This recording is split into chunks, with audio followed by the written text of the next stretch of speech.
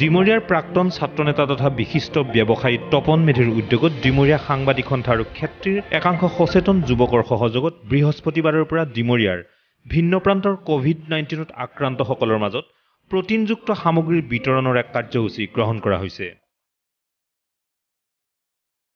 আমাৰ সাংবাদিক সন্থাৰ সহযোগত আৰু ক্ষেত্ৰীৰ কেইজনমান উঠি অহা নতুন যুৱকৰ প্ৰচেষ্টাত আমি লগ লাগি ডিমৰীয়াৰ বিভিন্ন প্ৰান্তত যিসকল কৰোনা ৰোগী আছে তেওঁলোকক কিছু আমি পুষ্টিকৰ খাদ্য দিবলৈ মনস্থ কৰি আমি আজিৰ পৰা বিতৰণ কৰিছোঁ। আৰু ময়ো নিজে এজন কৰোনা পেচেণ্ট।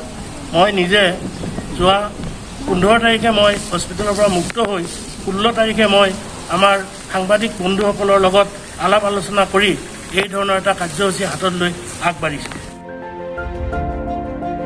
ইয়াৰ অংশ হিচাপে প্ৰথম দিনটোতে ক্ষেত্ৰীৰ সেনাবৰ, উলনি, খমাৰ, ৰবীনগাঁও, ধূপগুৰি, বাঁহতলা, ভেৰাকুচি, টপাতলি, খালৈবাৰী আদি গাঁৱৰ 500ৰো অধিক কোভিড আক্ৰান্ত তথা ইতিমধ্যে আৰোগ্য হৈ উঠা লোকৰ মাজত এসপ্তাহৰ বাবে প্ৰয়োজনীয় কণী, চয়াবিন আদি প্ৰটিনযুক্ত সামগ্ৰী বিতৰণ কৰা হয়। আজি সাংবাদিক, অসাংবাদিক সকলোবিলাকে মিলিত হৈ তেখেতৰ উদ্যোগতে ডিমৰীয়াৰ এতিয়ালৈ আমি কমেও 300ৰো অধিক কৰোনা আক্ৰান্তৰ যিসকল ৰোগী আছে তেওঁলোকৰ মাজত কণী, চয়াবিন এনেধৰণৰ প্ৰটিনজাতীয় খাদ্য সামগ্ৰী বিতৰণ কৰা হৈছে।